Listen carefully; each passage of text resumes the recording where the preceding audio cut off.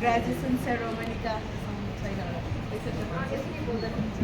आज यस ग्रेजुएसन सेरोमनीका सभापतिज्यू प्रमुख अतिथिज्यू अनि यहाँ उपस्थित सम्पूर्णमा म वन लभ वनवटको कार्यकारी निर्देशक ऋतु श्रेष्ठको तर्फबाट हार्दिक अभिवादन। हाम्रो संस्था चाहिँ एक्चुअली स्कलरसिप दिने संस्था हो। हामीले 10+2 सम्म स्कलरसिप दिइसकेपछि चाहिँ हामी उहाँहरूलाई चाहिँ केही स्किल सिक्नुहोस्, पढाइले मात्रै केही हुँदैन भनेर हामी स्किल ट्रेनिङमा लागिरहेका थियौँ। यही दौरानमा चाहिँ हाम्रो 14 नम्बर वडा कार्यालयमा पनि पार्लर रहेछ भनेर पहिला थाहा थिएन। अनि त्यसपछि चाहिँ हामीले फर्स्ट टाइम हाम्रो अहिलेसम्म हाम्रो कोही पनि ग्रेजुएट्सहरूले पार्लर ट्रेनिङ लिनु भएको थिएन। त्यसैले म एकदमै डाउटफुल थिएँ कि यो पार्लर ट्रेनिङ हुन्छ कि, मलाई पनि आइडिया छैन, मलाई पनि मेकअप गर्न मन लाग्दैन, त्यसैले थाहा छैन यसको फ्युचर कस्तो हुन्छ भनेर। अनि त्यो उहाँहरूलाई इन्भल्भ गराउनुभन्दा पहिला चाहिँ हामी आफै सर्भिस लिन गयौँ जेबी पार्लरमा। एटलिस्ट ट्रेनिङ त गरिदिनुहोस् भनेर गयौँ। त्यसपछि चाहिँ हाम्रो 2 जना नानी आज जुन ग्रेजुएट हुनुभएको छ रूपा र मनिषा, उहाँहरू 2 जनाले 6 महिना सकिसक्नुभयो र स्टिल थ्याङ्क यू जेबी पार्लरले चाहिँ अहिलेसम्म उहाँहरूलाई चाहिँ फेरि पनि रिफ्रेसिङ ट्रेनिङमा चाहिँ इन्भल्भ गराइराख्नु भएको छ भने उहाँहरूलाई बाहिर पनि इन्टर्नसिप गर्ने मौका दिइराख्नु भएको छ। अनि यो सँगसँगै हाम्रो रूपा र मनिषाले चाहिँ के पनि गर्नुभयो भन्दा हामी चाहिँ पहिला बालगृह पनि हो, बालगृहको नानीहरूको पनि कपाल काटिदिनु भयो, अफिस आउनु भयो र हाम्रो पनि ट्रेनिङ गरिदिनु भयो।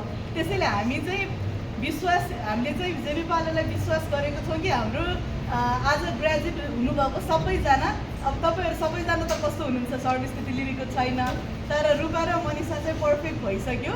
यसको लागि चाहिँ जेबी पार्लरलाई थ्याङ्क यू सो मच। र अब आउने भविष्यमा पनि हाम्रो यदि कोही ग्रेजुएट्सहरूले चाहिँ यो स्किल ट्रेनिङ लिन चाहनुभयो भने चाहिँ हामी हाम्रै वडामा रहेको जेबी पार्लरलाई चाहिँ याद गर्नेछौँ। र थ्याङ्क यू सो मच। 14 नम्बरमै हुनुहुन्छ र अझै धेरै ग्रेजुएट्सहरूलाई अर्को वर्ष पनि ग्रेजुएट गरिदिनु होला। Thank you so much. Check गरिदिनु थियो किन साउन्ड आएन। समयको निम्ति हुन्छ। आज विशेष गरी ग्रेजुएसन सेरेमनीमा उपस्थित हुनुभएका हाम्रो आदरणीय माननीयज्यू, साथै हाम्रो स्थानीय वडाका सदस्यज्यू, साथै यहाँ विभिन्न सङ्घ संस्थाबाट उपस्थित हुनुभएको आदरणीय म्यामहरू, साथै हाम्रो आज ग्रेजुएट हुनुभएका प्रशिक्षार्थी दिदीबहिनीहरू, सबैलाई अभिवादन, नमस्कार। हुन्छ। विशेष गरी आज एकदमै खुसी पनि लाग्यो। अनि विशेष गरी सर्वप्रथम त एकदमै आजको ग्रेजुएटहरूलाई म बधाई पनि भन्न चाहन्छु, साथसाथै जेबी ब्युटी पार्लरलाई पनि एकदमै बधाई भन्न चाहन्छु। आज यो उहाँहरूको निम्ति एउटा माइलस्टोन नै हो। अनि साथै विशेष गरी आज हाम्रो आइएन नेपालले चाहिँ आज विशेष गरी महिला दिदीबहिनीहरूको बिचमा एउटा उहाँलाई सशक्तिकरण गराउने कार्यक्रम, साथै एउटा स्पोन्सरसिपको कार्यक्रम अनि सामाजिक कार्यक्रममा पनि यसरी हामीले काम गर्दै आइरहेका छौँ। विशेष गरी आज हामी जेबी ब्युटी पार्लर ट्रेनिङमा चाहिँ कसरी अलिकति हामी एउटा कोअर्डिनेट गर्न पायौँ भन्ने हिसाबले अलिकति मलाई बोल्न मन लाग्यो।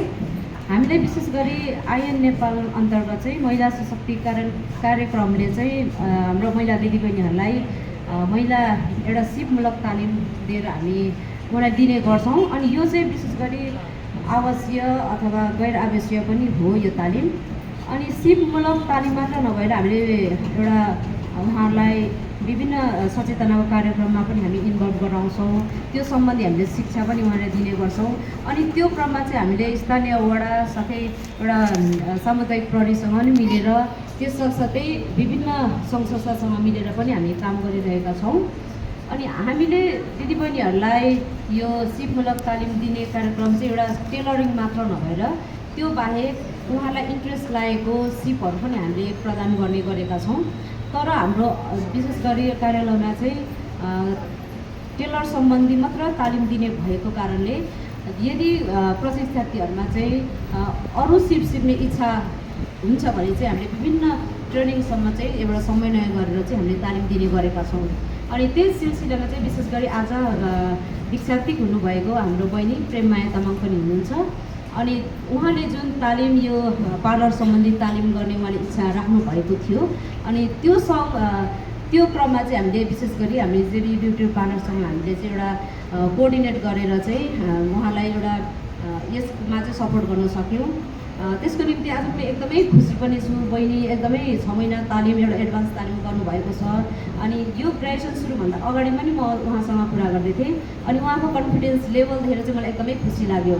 उहाँले भन्दै हुनुहुन्थ्यो मैले आज गर्न सक्ने भएँ अनि जुन उहाँमा त्यो सिप छ म अझै पनि आफै पनि एउटा पसल खोलेर गर्न सक्छु भन्ने उहाँमा त्यो कन्फिडेन्स देख्दा चाहिँ एकदमै खुसी लागेको छ।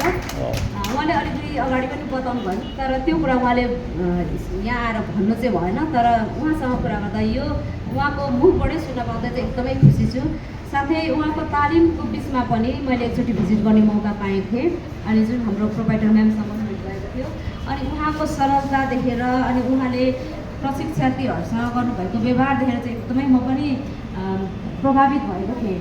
यस्तो तरिकाले यस्तो सहज तरिकाले उहाँले सिकाउनु भएको छ ताकि सबै प्रशिक्षार्थीहरूलाई चाहिँ उहाँलाई सिक्नको निम्ति चाहिँ सहज होस् भन्ने कारणले एकदमै बधाई विशेष गरी ग्रेजुएटहरूलाई अनि साथसाथै विशेष गरी जेबी ब्युटी पार्लरमा एकदमै बधाई दिन चाहन्छु। अनि एकदमै धन्यवाद हामीले मिलेर एउटा कोअर्डिनेट गरेर यो बहिनीहरूलाई यसरी एउटा सशक्तिकरण गराउने कुरामा हामीले अगाडि बढाउन सक्यौँ। एकदमै धन्यवाद। अनि आशा छ आउँदो दिनहरूमा फेरि पनि हामी यो जेबी ब्युटी पार्लरसँग चाहिँ एउटा कोअर्डिनेट गरेर आउँदो भविष्यमा फेरि पनि हामी काम गर्नेछौँ भन्ने एकदम हुन्छ। फेरि पनि एकदमै धेरै धेरै धन्यवाद।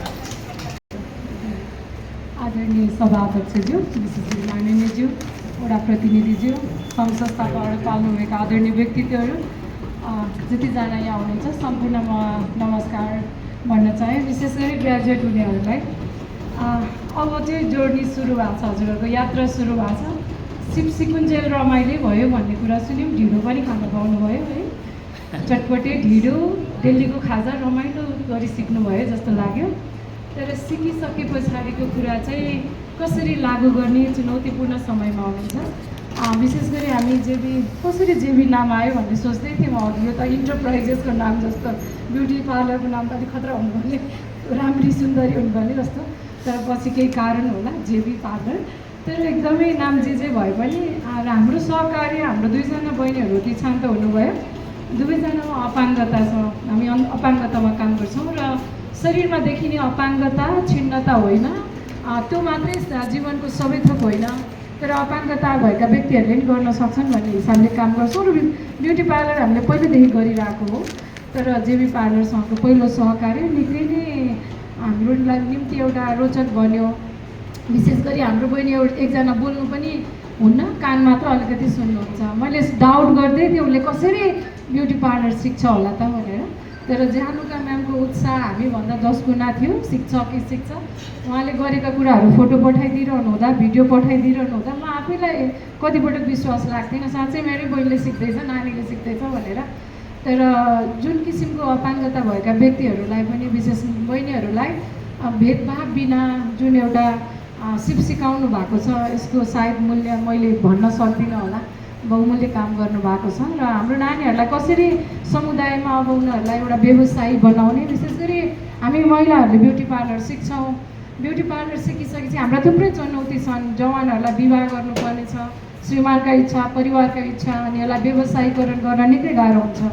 र यहाँहरू जतिजना हुनुहुन्छ यो सिपलाई आफ्नो दैनिक सुन्दरतामा मात्र नसीमित राख्नु होला, यसलाई यहाँहरूले आफ्नो समुदायमा, विशेष गरी आफ्नो समाजमा उपयोगी बनाउन पनि म अनुरोध गर्दछु। महिलाको सिप कहिल्यै नजाओस् भन्ने मेरो चाहना हुन्छ र हजुरहरूले त्यही चाहनाहरू अनुरूप सजिलो चाहिँ हुँदैन है। अब हजुरहरूले जाने बित्तिकै मलाई थाहा छ कति हजारको लगानी लाग्छ भनेर, किनभने हामी पार्लर सेटअप गर्छौँ। हाम्रो बहिनीहरू कैलाश गाउँपालिकाबाट आउनुभएको, यहाँबाट होइन, मकवानपुरबाट।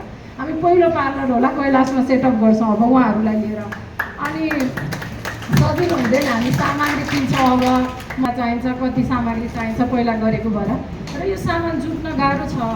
अनि कसैले यो गर भनेर दिँदा पनि दिँदैन। तपाईँहरूले प्रयास गर्नु होला। विभिन्न ठाउँहरूमा लोन लिनेहरू हुन्छन्, व्यवसायलाई जसरी पनि बढाउनु होला। मैले यहाँहरूलाई भन्न चाहे परिवारमा यो कुरालाई प्राथमिकतामा दिएर गर्नुहोला र व्यवसायी बन्नुहुन्न। म सम्पूर्णलाई अहिलेदेखि नै शुभकामना दिन चाहन्छु।